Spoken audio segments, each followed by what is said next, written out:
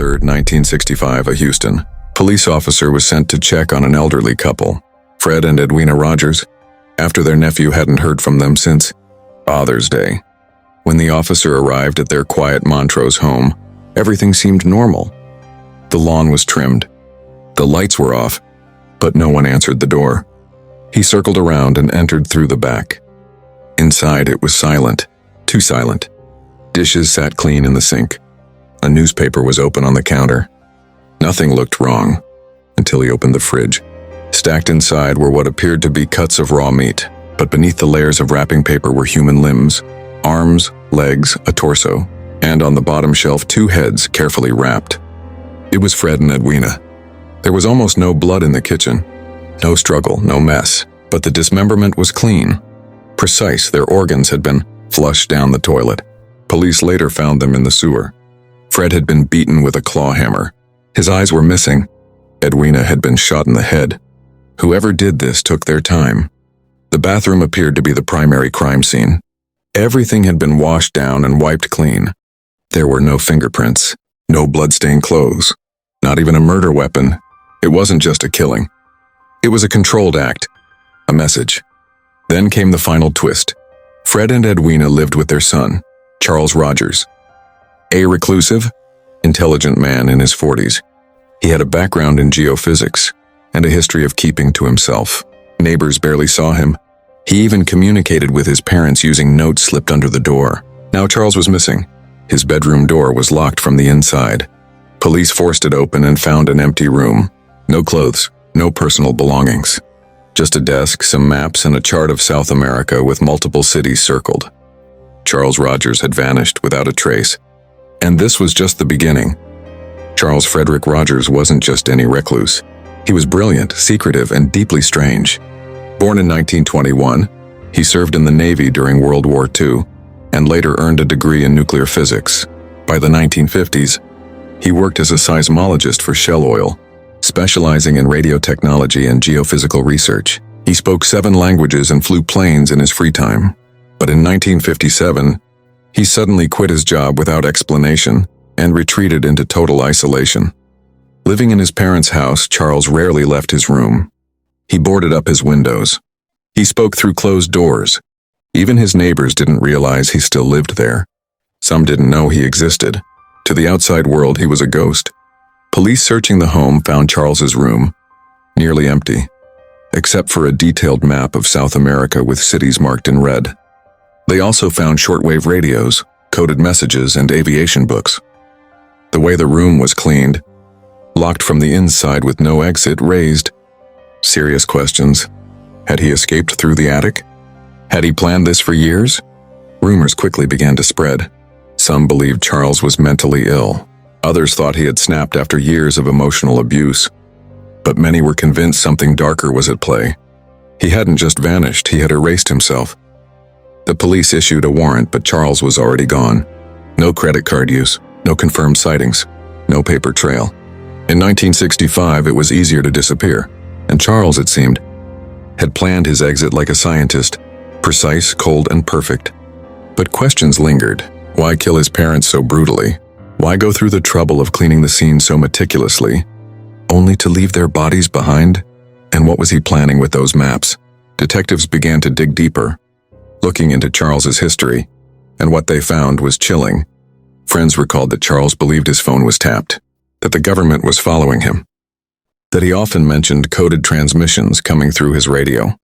But was he paranoid, or was he hiding something real? What happened next pushed the case into far darker territory, connecting Charles Rogers to something no one saw coming.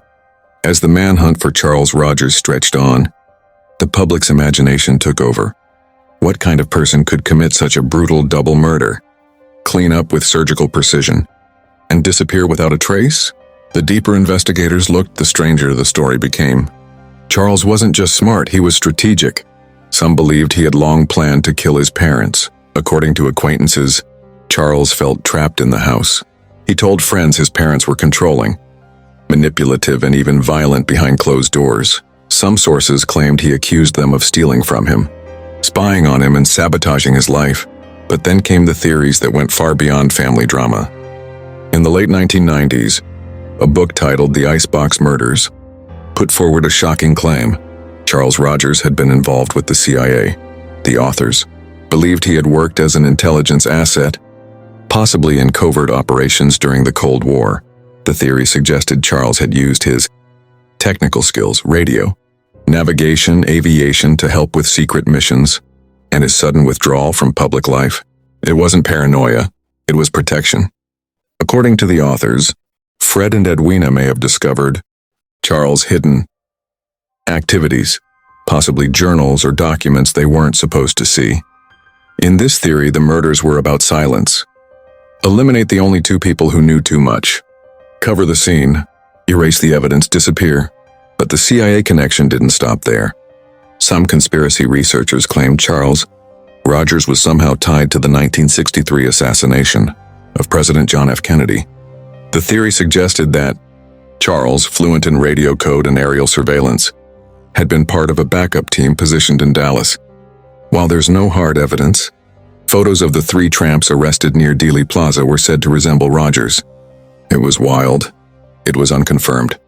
But it was enough to make the case explode online. Still, not everyone believed in the spy story. Some psychologists saw something else.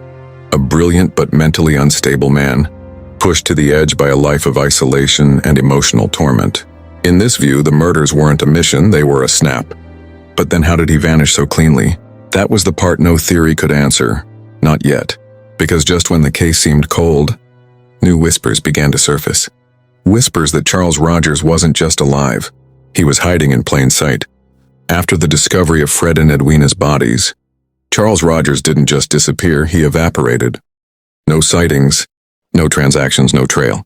But in the decades that followed, small pieces began to surface, each pointing to one disturbing possibility. Charles had planned everything. Investigators revisiting the case in later years found evidence suggesting Charles had been preparing to leave the country well before the murders.